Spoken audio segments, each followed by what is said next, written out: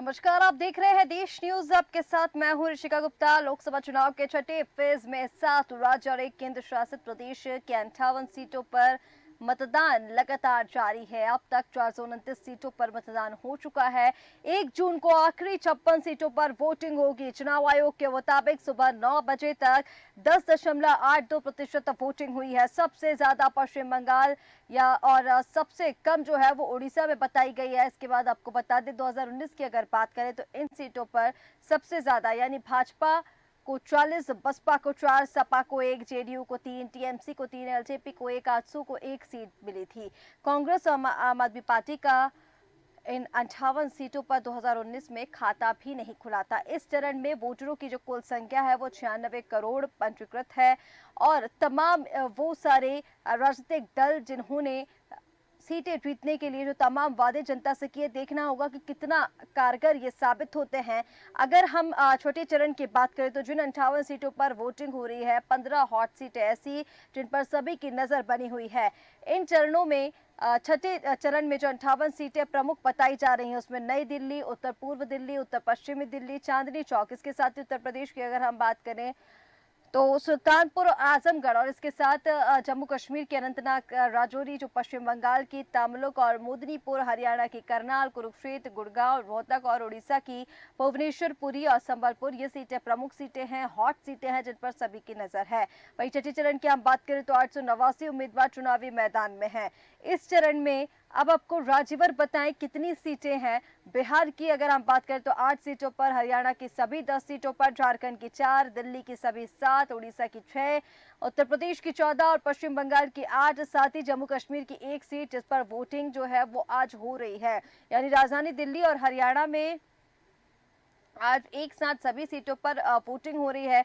मतदान की तस्वीरें आपको लगातार दिखा रहे हैं। मतदान से जुड़ा हर एक अपडेट आपको लगातार बता रहे हैं। किस तरह से मतदाताओं में उत्साह देखा जा रहा है, लोग घर से निकलकर मतदान कर रहे हैं। लेकिन क्या राजनीतिक दलों ने जो वादे किए थे, राजनीतिक दलों के जो प्रयास किए गए थे मतदान प्रतिशत को बढ़ाने के लिए भी, और इसके साथ ही जो मुद्दे इस चुनाव में देखे गए वो कितने हावी छठवें चरण पर होते नजर आ रहे हैं, इस पर चर्चा करेंगे। खास मेहमान हमारे साथ जुड़ गए हैं। हमारे साथ वरिष्ठ पत्रकार आलोक त्रिपाठी जी जुड़ गए हैं। आलोक जी, सबसे पहले आप ही के पास आना चाहूंगी क्योंकि तस्वीरें लगातार मतदान को लेकर हम दिखा रहे हैं। 8 राज्यों के 58 सीटों पर मतदान जारी, क्या स्थिति 58 सीटों पर आप देख रहे हैं? क्योंकि 2019 में 40 सीटें इन 58 सीटों पर से बीजेपी के पास थी और कांग्रेस और आम आदमी पार्टी का खाता भी नहीं खुला था, और इस बार क्या स्थिति आप देख पा रहे हैं? देखिए रिश्का जी, ये छठे चरण में जो जो भी कुछ है वो भाजपा के लिए ही है। अन्य दलों के पास तो उतनी सीटें नहीं है जो उनको बचाना पड़े। तो सबसे ज्यादा जो स्थिति तनावपूर्ण होगी वो भाजपा के लिए होगी कि उसका जो अपना उन सीटों को बचाए रखना होगा। 40 की ज्यादा उसको, और जो दूसरे दलों के पास है उनको भी लाना, चूंकि उनका यही नारा है 400 पार। 4 पार में इसमें प्लस करना तभी वो 400 पार होगी। तो ये जो स्थितियां हैं, दूसरा क्या है कि चुनाव मतदान से पहले तक स्थितियां बदलती जाती हैं। एक एक दिन में स्थितियां परिस्थितियां बदल, एक एक लोकसभा क्षेत्रों में। तो जिस तरह से सुल्तानपुर में अभी पूर्व विधायक समाजवादी पार्टी में शामिल हो गए तो थोड़ी सी स्थिति वहां बदल गई। अब उतना आसान नहीं रहा भाजपा के लिए जहां से मेनका गांधी चुनाव लड़ रही है। तो ये स्थितियां डेली बदलती हैं। कब कौन नेता किसके पार्टी में चला जाता है, उसके बाद उसका प्रभाव उस पार्टी के साथ जुड़ जाता है। तो ये अभी कह पाना बड़ा मुश्किल है कि कौन इसमें आगे निकलेगा। लेकिन भाजपा के लिए जिस तरह से पहले हम लोग देख रहे थे पिछले कुछ चरणों में कि माहौल बना हुआ है और ठीक ठाक सीटें मिलेंगी, वो लेकिन जो जो चरण खत्म होते जा रहे हैं, अब तो एक ही चरण बचा, 7वां चरण, तो उसको देखने के बाद लग रहा है कि यूपी खासकर में स्थिति इतना आसान नहीं है भाजपा के लिए 80 की 80 सीटें जीतना। तो ये एक बड़ा प्रश्न होगा कि आखिर कहां चूक हुई भाजपा से जो इतना पीछे हो गए और विपक्षी दलों ने उनको जो है रोक दिया उनके विकास के रथ को। और तीसरी बात, जो मुद्दों की बात हो रही है, तो मुद्दे तो जो पहले चरण में जब मतदान हुआ था उस समय मुद्दे कुछ कुछ और थे, फिर दूसरे चरण में बदलते गए, तीसरे में बदलते गए।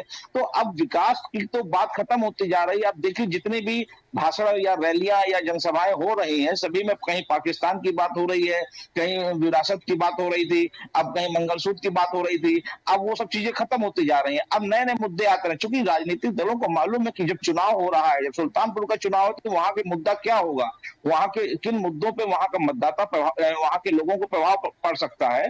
तो उस हिसाब से राजनीतिक दल अपने मुद्दे सेट कर, उनको मालूम है कि जो मुद्दे हम पिछली बार उठा चुके हैं उन मुद्दों, और प्लस जो नेता हैं, अलग अलग नेता का अलग अलग बयान होता है कि उनको भी एक मालूम होता है कि हम ये बात बोलेंगे, दूसरा नेता ये बोलेगा। तो इस तरह से पूरा एक सिनेरियो सेट किया गया है राजनीतिक दलों द्वारा।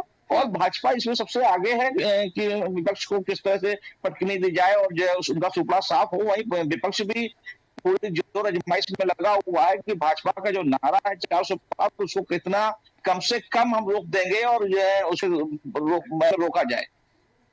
बिल्कुल ठीक कह रहे हैं आलोक त्रिपाठी जी, क्योंकि जिस तरह से अब स्थितियां बनती हुई देख रहे हैं, एक तरफ भारतीय जनता पार्टी और एक तरफ इंडिया गठबंधन, और जहां तस्वीरें हम लगातार मतदान की भी दिखा रहे हैं, वही बात ये भी हो रही है कि मुद्दे छठवें चरण के लिए कौन से हावी रहे। तो देखिए कहीं ना कहीं जिस तरह से मुद्दों की हम बात कर रहे हैं, जैसा आपने पहले भी कहा कि पहले चरण के बाद से जो मुद्दों की एंट्री हुई है, जिनका जिक्र पहले नहीं था, पहले चरण के पहले आम मुद्दों पर बात की जा रही थी, बेरोजगारी पर बात हो रही थी, महंगाई पर बात हो रही थी, और अब पहले चरण के बाद से जो मुद्दों की एंट्री हुई है वो बेहद सरप्राइजिंग भी है, क्योंकि जिन मुद्दों का जिक्र नहीं था उन मुद्दों की एंट्री हुई और चुनाव का जो परिदृश्य है वो कहीं ना कहीं बदला हुआ नजर आया। लेकिन आलोक त्रिपाठी जी, जिस तरह से आपने कहा वो सच भी है, क्योंकि भारतीय जनता पार्टी के पास जो उनका पहले परफॉर्मेंस रहा था उसको अगर उन्हें दोहराना है तो एक बहुत स्ट्रांग स्ट्रेटेजी की जरूरत है। हमारे साथ और मेहमान भी जुड़ चुके हैं, आपके पास में वापस लौटूंगी, लेकिन उनका परिचय पहले करा देते हैं। यामीन कादरी, कांग्रेस प्रवक्ता, हमारे साथ जुड़ गए हैं। यामीन जी, बहुत स्वागत है। और इसी के साथ प्रखर श्रीवास्तव, आम आदमी पार्टी के प्रवक्ता, हमारे साथ जुड़ चुके हैं। प्रखर जी, बहुत स्वागत है आपका। यामीन कादरी जी, आपके पास मैं आना चाहूंगी। 58 सीटों पर वोटिंग 2019 की क्योंकि मैं बात कर रही थी, तो 2019 की अगर हम बात कर रहे हैं, 58 सीटों में से 40 सीटें बीजेपी के पास थी। बीजेपी के लिए तो चुनौती है ही, लेकिन आपके पास भी एक चुनौती है, क्योंकि पिछली बार इन 58 सीटों पर जिन पर आज मतदान हो रहे हैं, कांग्रेस का खाता भी नहीं खुला था। इस बार क्या स्थिति है? देखिएगा, 2024 का चुनाव भारत की जनता, और जहां आज 25 मई को चुनाव हो रहा है, वो मुद्दों पर वोट कर रही है। वो इन चीजों पर वोट नहीं कर रही कि प्रधानमंत्री जी क्या कह रहे हैं या अमित शाह जी क्या कह रहे हैं। आज की जनता जो वोट कर रही है वो बिल्कुल एक ही बात कह के वोट कर रही है कि सुबह से लाइन में लग करके गृह लक्ष्मी 1 लाख रुपए की योजना पर विश्वास कर रही है, इनके 15 लाख के जुमले को झूठा साबित करने के लिए। 10 किलो राशन पर विश्वास कर रही है, 5 किलो पे इनका चित्र छापने को झुटलाने के लिए। 1 लाख रुपए शिक्षित बेरोजगार पर विश्वास कर रही है, इन्होंने जो बेरोजगारों पर जो लाठीचार्ज किया उसको झुटलाने, उसको सच साबित करने के लिए। 250 रुपए जो मनरेगा थी वो 400 रुपए जो इंडिया गठबंधन करेगा उसको सच साबित करने के लिए। महंगाई पर, 30 लाख रिक्त नौकरियों पर, स्वास्थ्य सेवा पर, देश में अमन रहे और शिक्षा पर आज की जनता वोट कर रही है। और हम बिल्कुल दावे के साथ कह सकते हैं कि पिछले 2019 वाले चुनाव में इन सीटों पर हमें कोई सीट नहीं मिली, लेकिन इंडिया गठबंधन सबसे अधिक सीट जीत करके ये दिखाएगा देश के अंदर कि आने वाली 4 जून को आप देख लेना, ये 25 मई की सीटें जब खुलेंगी, जब ईवीएम खुलेगी, तो इंडिया गठबंधन बढ़त बनाएगा। लेकिन चुनाव आयोग निष्पक्ष चुनाव नहीं होने दे रहा है। दिल्ली के अंदर उपराज्यपाल मतदान की प्रतिशत को धीमे करा रहे हैं। मेरा निवेदन है सभी राजनीतिक दलों से कि चुनाव आयोग को मजबूर कर दें कि वो डेटे को उसी दिन लागू करें और उसी दिन जनता को बता दें कितने प्रतिशत हुआ है। ये खेल बंद कर दें जो कर रहे हैं, पहले चुनाव मतदान में करा है वो अब ना होने पाए। ठीक है यामीन जी, लेकिन चुनाव आयोग पर ये जो आप बड़ा आरोप लगा रहे हैं, आपका कहना है कि चुनाव की गति को धीमा किया जा रहा है, निष्पक्ष चुनाव नहीं होने दिया जा रहा है। ऐसा क्यों? अब देखिए लगातार चुनाव की प्रक्रिया को लेकर क्योंकि हम सवाल उठते तो देख रहे हैं। एक तरफ ममता बनर्जी भी ये कह रही हैं, पश्चिम बंगाल के मुख्यमंत्री के जो ईवीएम है उस पर बीजेपी का टैग लगा है। अब आप ये कह रहे हैं कि चुनाव आयोग निष्पक्ष चुनाव नहीं होने दे रहा है। क्यों ऐसे कहने की जरूरत क्यों पड़ रही है यामीन जी?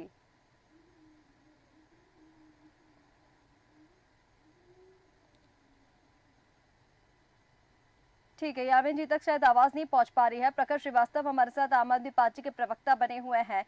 प्रखर जी, मैं आपके पास आना चाहूंगी क्योंकि दिल्ली की 7 सीटों पर आज जो है चुनाव हो रहा है। एक साथ 7 सीटों पर जो चुनावी दंगल है वो देखने को मिल रहा है, लेकिन क्या लग रहा है आपको, क्योंकि दिल्ली की जनता ने हमेशा से लोकसभा चुनाव में बीजेपी का साथ दिया है, इस बार क्या कुछ स्थिति नजर आ रही है? प्रखर जी। त्रिशिका जी, सबसे पहले आपको नमस्कार, आपके सभी दर्शकों को मेरा नमस्कार और यहाँ पे बैठे हुए सभी प्रवक्ता गणों को मेरा नमस्कार। देखिए त्रिशिका जी, बहुत स्पष्ट है इस देश के अंदर 3 चीजें होना मुश्किल ही नहीं, नामुमकिन है। पहला, मच्छर को कपड़े पहनाना, दूसरा हाथी को गोद में खिलाना, और तीसरा भारतीय जनता पार्टी और आदरणीय प्रधानमंत्री नरेंद्र मोदी जी से सच कहलाना। आपको मैं बताना चाहता हूं, 6ठे चरण का चुनाव चल रहा है।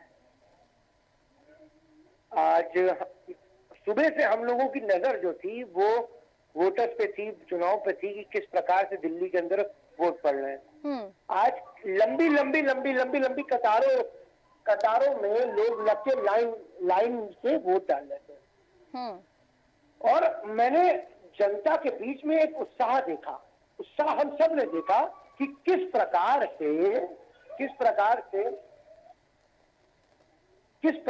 से जनता चुनाव इस बार लड़ रही है।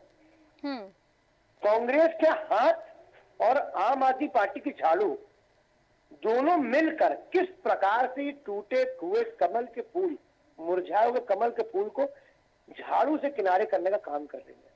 देखिए, आपको मैं आपके दर्शकों को याद कराना बहुत जरूरी समझता हूं कि किस तरीके से आदरणीय प्रधानमंत्री नरेंद्र मोदी जी की भारतीय जनता पार्टी की सरकार ने 3 बार दिल्ली के अंदर चुनाव लड़ा।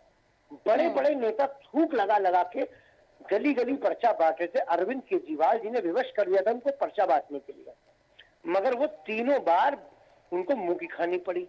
15 साल से एमसीडी के अंदर भारतीय जनता पार्टी ने सेंध लगा के रखी हुई थी, किला गाड़ के रखा हुआ था। इस बार उस किले को भेजने का काम आम आदमी पार्टी ने करा और हमने वहां पे एमसीडी में अपनी सरकार बनाई।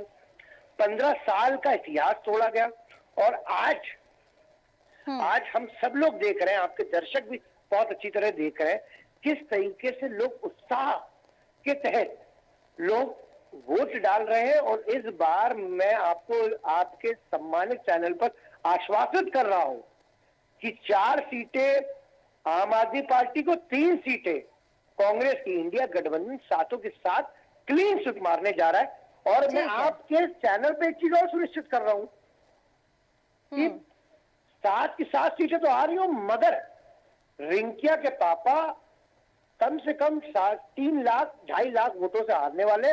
और उनकी स्थिति अब ये हो जाएगी रिंकिया के पापा की, अब वो मॉडल शॉपों पे बियर बेचते हुए दिखेंगे। ठीक है प्रखर जी, अब आपने यहाँ तो कह दिया कि दिल्ली में 7 की 7 सीटें जो है वो आप जीत रहे हैं, लेकिन देखिए अब दिल्ली की जनता भी जो है, या फिर जनता, क्योंकि इंडिया गठबंधन की जिस तरह से बात की जा रही है, सभी जो दल है वो एक साथ है, बीजेपी के सामने है, बीजेपी अकेले लड़ रही है। और जिस तरह से इंडिया गठबंधन की अगर हम बात कर रहे हैं तो देखिए एक बहुत बड़ा सवाल यहाँ पर ये पूछा जा रहा है कि दिल्ली में हम देख रहे हैं जो आम आदमी पार्टी और कांग्रेस का गठबंधन है, वही पंजाब में आम आदमी पार्टी और कांग्रेस सामने सामने है, पंजाब में क्यों नहीं? मैं बिल्कुल जवाब दे रहा हूँ इसका आपको त्रिशिका जी, और आपके दर्शकों को जानना बहुत जरूरी है। बिल्कुल आपने सही कहा कि दिल्ली में हमारा गठबंधन है और ठीक 250 किलोमीटर दूर दिल्ली से पंजाब में हमारा गठबंधन नहीं है। मैं आपको वजह बताना चाहता हूँ। देखिए, इंडिया गठबंधन जो है ना, वो बाबा साहब भीमराव अम्बेडकर के संविधान को मानने वाले लोगों में से है, बाबा साहब के दिए हुए आरक्षण को मानने वाले लोगों में से है। तो आपको मैं बताना चाहता हूं कि हम जितना सम्मान पक्ष का करते हैं उतना ही सम्मान हम विपक्ष का भी करते हैं। जिस तरीके से भारतीय जनता पार्टी ने विपक्षों को की आवाजों को दबाने का, कुचलने का काम करा है, हम उतना ही इससे ज्यादा सम्मान विपक्ष का करते हैं जितना सम्मान हम पक्ष का करते हैं। देखिए, भारतीय जनता पार्टी का पंजाब में किसी भी प्रकार का ना धरातल था, ना है और ना आने वाले वक्त में रहेगा। आपको मैं स्पष्ट करना चाहता हूँ, हमारा इंडिया गठबंधन का सिर्फ एक मेन एम गोल रहता है, जनता की सेवा। जनता की सेवा हमारा सर्वोप्रिय धर्म है और जनता की सेवा चाहे हम पक्ष में रह के करेंगे या विपक्ष में रह के करेंगे। तो मैं आपके दर्शकों को याद दिलाना चाहता हूँ, आदरणीय प्रधानमंत्री नरेंद्र मोदी जी पंजाब की धरती, पावन धरती पे, किसान की धरतियों पे जब गए थे, तो आपको मैं बताऊं किस तरीके से वहां के पंजाब की जनता ने और किसानों ने घुसने नहीं दिया था आदरणीय प्रधानमंत्री नरेंद्र मोदी जी को। उनको उल्टे पैर वापस आना पड़ा था। तो मैं यही आपको याद दिलाना चाहता हूँ, जिस तरीके से ये भारतीय जनता पार्टी ने 750 किसानों को शहीद करा था ना, 750 किसान जाए उस दिल्ली में जहाँ सबसे ज्यादा गर्मी पड़ती है, जहाँ सबसे ज्यादा ठंडक पड़ती है, जहाँ सबसे ज्यादा बारिश होती है, वहां पर 750 किसान हमारा शहीद हुआ था। इन्होंने दिल्ली जाने नहीं दिया था। मैं आपके चैनल पर बैठकर मैं आश्वासित करता हूँ कि जिस तरीके से हमारे किसान भाइयों को इन्होंने दिल्ली जाने नहीं दिया था, उसी प्रकार से इस बार किसान ने मन बना लिया, इनको पंजाब में घुसने नहीं देंगे। लेकिन प्रखर जी, आपसे जो सवाल पूछा था उसका जवाब भी तो दे दीजिए। आपने यहाँ पर तमाम चीजें बता दी कि बीजेपी ने क्या किया है, बीजेपी ने क्या नहीं किया है, लेकिन दिल्ली और पंजाब को लेकर जो मैंने आपसे सवाल पूछा था, सुन तो मैंने इलैबोरेटेड में दिया था, मैं आपको छोटे में दे रहा हूँ जवाब जी। देखिए, हम इंडिया गठबंधन के लोग, चाहे वो कांग्रेस पार्टी हो चाहे वो आम आदमी पार्टी हो, जितना सम्मान हम पक्ष का करते हैं उतना ही सम्मान हम विपक्ष का करते हैं। अगर भारतीय जनता पार्टी का वहां पर किसी भी प्रकार से धरातल नहीं है, आम आदमी पार्टी या तो पक्ष में बैठेगी या तो विपक्ष में बैठेगी, ये बिल्कुल साफ और स्पष्ट है। ठीक है प्रखर जी। आलोक त्रिपाठी जी, अब देखिए जिस तरह से दिल्ली और पंजाब की यहाँ पर बात किया, हालांकि प्रखर जी का ये कहना है कि वहाँ पर पंजाब की जब हम बात कर रहे हैं तो वहाँ पर बीजेपी कहीं से कहीं तक नहीं है, लेकिन देखिए सवाल ये पूछा जाता है बार बार कि अगर दिल्ली में साथ है तो पंजाब में क्यों नहीं है। और देखिए जब जनता की हम बात करते हैं तो जैसे बीजेपी पर अगर जनता भरोसा कर रही है, इंडिया गठबंधन पर कैसे भरोसा करे। और देखिए बीजेपी आरोप भी यही लगाती है कि ना एक मैनिफेस्टो है ना एक पॉलिसी है, और कहीं पर लड़ाई है कहीं पर गठबंधन है, तो जनता भरोसा कैसे करेगी इन पर। जी देखिए, आम आदमी के प्रवक्ता जिस तरह से बात कर रहे थे, तो एक बात तो देखिए दिल्ली में बहुत क्लियर हुई कि जब दिल्ली विधानसभा के चुनाव हुए तो वहां के मतदाताओं ने आम आदमी पार्टी को पूर्ण बहुमत की सरकार बनाने का मौका दिया। तो और उसके बाद जब लोकसभा के चुनाव हुए तो वहां उन्होंने आम आदमी पार्टी को एक भी सीट नहीं दी। वही मतदाता आम आदमी पार्टी को विधानसभा में तो बहुमत देते हैं, लेकिन लोकसभा में बहुमत वो नहीं देते हैं या उनको एक भी सीट नहीं देते हैं। यही स्थिति अगर हम पलट दें तो जिस भारतीय जनता पार्टी के नेताओं, मोदी जी की या अन्य नेताओं की पूरे देश में माहौल बनता है, पूरे देश में सरकार के पक्ष में मतदान होता है और हर घर घर मोदी होता है और सब जगह से सीटें मिलती हैं, लेकिन दिल्ली में क्या होता है कि दिल्ली में जब विधानसभा का चुनाव होता है तो वहां भाजपा सत्ता से बाहर होती है, उसको विपक्ष में बैठने का मौका मिलता है, लेकिन लोकसभा का चुनाव आता है तो वहां उसको 7 की 7 सीटों पे जनता चुनाव में बनाती है। तो ये जनता भी जाए कि हमको किस नेता को कहां बैठाना है। ये दिल्ली में बहुत बड़ा एक मैसेज है कि विधानसभा में हम किसको देंगे और लोकसभा में हम किसको भेजेंगे। तो ये दिल्ली की जनता ने बता दिया है। लेकिन इस बार का जो चुनाव है बहुत टफ चुनाव है। कोई भी नेता जो बोल रहा है कि हम इतनी सीटें जीतेंगे, ये बहुत बड़बोलापन है, क्योंकि जनता बहुत मौन है, जनता ने बहुत मन बनाया हुआ है। ठीक कह रहे हैं आलोक जी, क्योंकि इस बार साइलेंट वोटर्स को लेकर हम लगातार बात करते आए हैं कि साइलेंट वोटर्स जो है वो इस बार कमाल दिखाने वाले हैं। चलिए, हमारे साथ भारतीय जनता पार्टी से प्रवक्ता चंद्रमोहन चौबे भी जुड़ गए हैं। चंद्रमोहन जी, आप तक आवाज पहुंच रही है? जी चंद्रमोहन जी, 58 सीटों पर मतदान लगातार जारी है, 5 से ज्यादा बच चुका है। चुनाव आयोग के आंकड़े भी बस आते ही होंगे, लेकिन जिस तरह से मत प्रतिशत को लेकर भी अगर हम बात करें, 58 सीटों पर जो वोटिंग हो रही है, 2019 में 40 सीटें आपके पास थी, इस बार आपके पास चुनौती वो 40 सीटों पर जो परफॉर्मेंस आपने पहले किया था वो दोहराने की भी है। और दूसरी तरफ हमारे साथ प्रवक्ता जुड़े हुए हैं कांग्रेस और आम आदमी पार्टी के, उनका ये कहना है कि जिस तरह से अभी प्रखर जी कह रहे थे कि आम आदमी पार्टी दिल्ली में 7 की 7 सीटें जीत रही है। कांग्रेस प्रवक्ता यामीन कादरी हमारे साथ बने हुए हैं, उनका भी ये कहना है कि इस बार जनता जो है वो इन मुद्दों पर वोट नहीं दे रही है जो मुद्दे आपकी तरफ से उठाए गए हैं। जनता जो वोट दे रही है विकास के मुद्दे, रोजगार के मुद्दे, महंगाई के मुद्दे, इन पर वोट दे रही है। क्या कुछ कहेंगे? नहीं, देखिए कांग्रेस क्या कहती है, आम आदमी पार्टी क्या कहती है, कहने से मतदाता वोट नहीं देते। मतदाता अपना स्वयं का विवेक होता है, वे स्वयं लोगों को जांचते हैं, परखते हैं, उनका आकलन करते हैं, उसके बाद जो है वो अपना मत देते हैं। तो मतदाता जब मत देने जा रहे हैं तो वो बटन दबाने से पहले वो याद कर रहे हैं 2014 से पहले इस देश की क्या परिस्थितियां।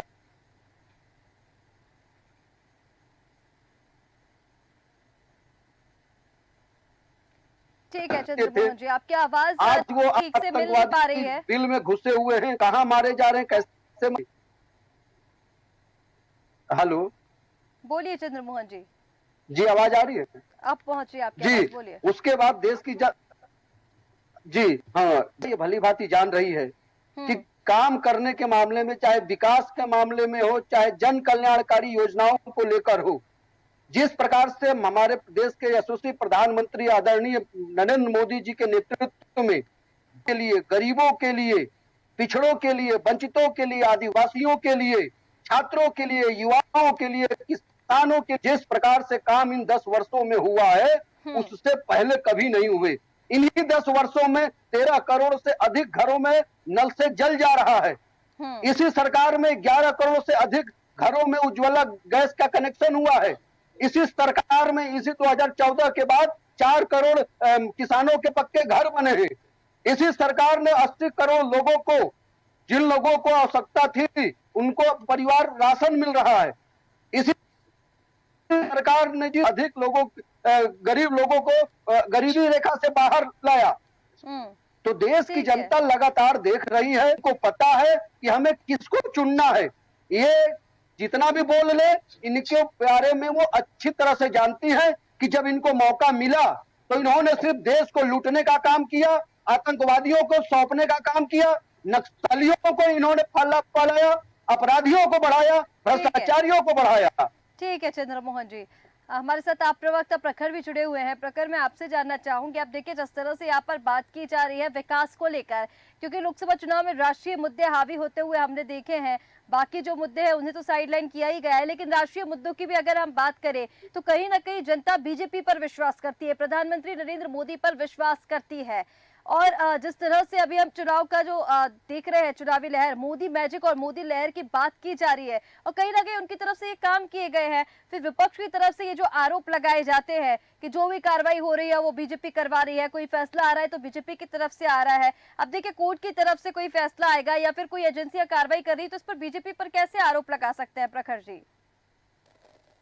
देखिए त्रिशा जी, आप लोग ये बात जो बार बार कह रहे हैं, मुझे समझ में नहीं आ रहा है कि नरेंद्र मोदी जी की बात पे लोग विश्वास कर रहे हैं। अरे आज मैं इस बार 10 साल में पहली बार ऐसा देख रहा हूँ कि आदरणीय प्रधानमंत्री नरेंद्र मोदी जी की जो पहले चरण के चुनाव से जो भाषा है और परिभाषा है, उसमें किस प्रकार से निराशा भरी हुई है वो हम लोग सब देख रहे हैं। पहले चरण का चुनाव आया, पहले चरण के चुनाव में किस तरीके से उन्होंने हिंदुस्तान के अल्पसंख्यक वर्ग को, सबसे ज्यादा बच्चा पैदा करने वाले, घुसपैठिए, मंगलसूत्र जैसे शब्दों पर आए। दूसरे चरण का चुनाव आया, पाकिस्तान की एंट्री कर दी उन्होंने।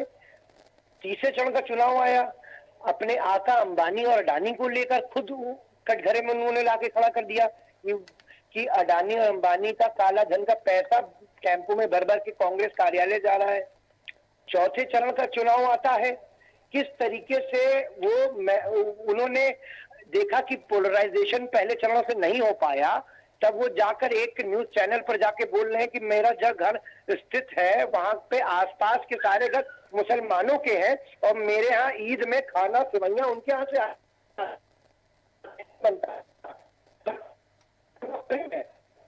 छठे चरण का चुनाव आया, किस प्रकार से आज 10 साल में पहली बार हमने प्रधानमंत्री नरेंद्र मोदी जी को देखा। मैंने तो, हम लोग यकीन नहीं कर पा रहे थे कि छोटे छोटे चैनल को जाके उन्होंने इंटरव्यू दिया।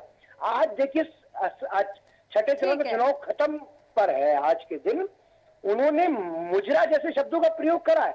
The Republic the Republic of India का प्राइम मिनिस्टर मुजरा जैसा शब्दों का प्रयोग कर रहा है, मछली मटन जैसी चीजों को ला रहा है। ठीक है, जल्दी से जवाब दे दीजिए चंद्रमोहन जी। इन्होंने कुछ नहीं करा धरातल पे, लोग परेशान हैं, लोग बार बार बात कर रहे हैं, साहब 2 करोड़ नौकरी कहाँ गई? ठीक है, बोलिए चंद्रमोहन जी, जल्दी से जवाब दे दीजिए। उनका ये कहना है कि प्रधानमंत्री नरेंद्र मोदी जिस तरह से टिप्पणियां कर रहे हैं वो एक पद पर रहकर शोभा नहीं देता है। वो जिस पद पर है, प्रधानमंत्री के एक पद पर है वो, और जिस तरह की टिप्पणियां वो कर रहे हैं ये शोभा नहीं देता। जो शब्दों का वो प्रयोग कर रहे हैं ये ठीक नहीं है एक प्रधानमंत्री के लिए।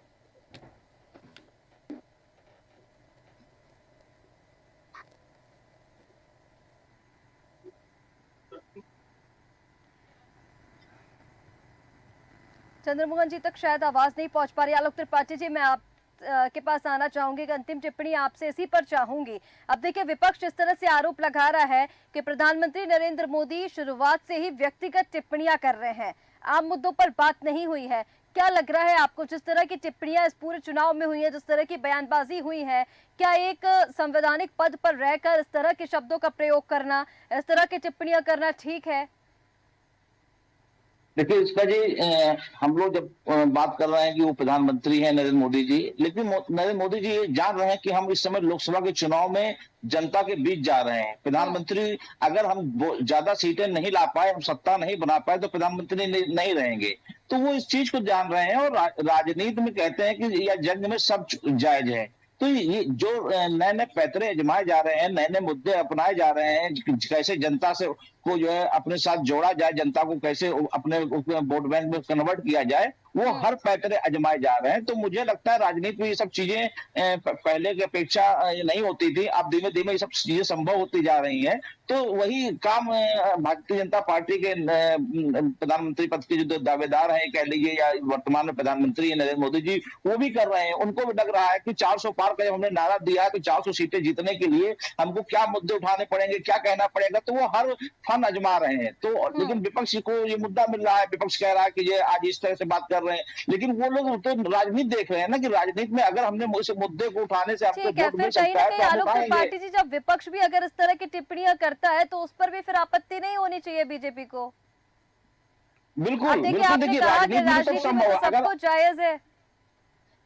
बिल्कुल, अगर देखिए विपक्ष अगर इन मुद्दों से बच जाता है और सत्ता से बाहर हो जाता है, फिर 5 साल उसको इंतजार करना पड़ेगा। तो ये बात भाजपा भली बात जानती है, यही कारण है कि वो 365 दिन राजनीति करते हैं। ठीक है, आलोक त्रिपाठी जी, आप सभी मेहमानों का हमारे साथ जुड़ने के लिए बहुत शुक्रिया। तो तस्वीरें लगातार आपको दिखा रहे हैं किस तरह से छठे चरण में मतदान जो है वो लगातार जारी है। शाम 6 बजे तक मतदान जारी रहेगा और इसके बाद चुनाव आयोग के आंकड़े, जिसके बाद ये पता चलेगा कि मत प्रतिशत छठे चरण का कैसा रहा, क्योंकि पहले, दूसरे, तीसरे चरण में हमने देखा मतदाताओं में उदासीनता, और आज भी हमने छठे चरण में जो देखा, हालांकि चौथे और पांचवें चरण में मत प्रतिशत जो था वो बढ़ा था, लेकिन छठे चरण में शुरुआत में हमने देखा कि काफी जो रफ्तार है वो धीमी रही, लेकिन उसके बाद सुधरा। और 5 बजे के जो आंकड़े आएंगे चुनाव आयोग की ओर से वो बताएंगे कि कैसा मत प्रतिशत रहा। लेकिन उसके साथ ही छठे चरण के बाद एक अंतिम चरण, 7वां चरण बचा है 1 जून को, उसके बाद 4 जून को नतीजे, जिस पर देखना होगा परिणाम क्या होगा, जिसका इंतजार सभी को बेसब्री से है। लेकिन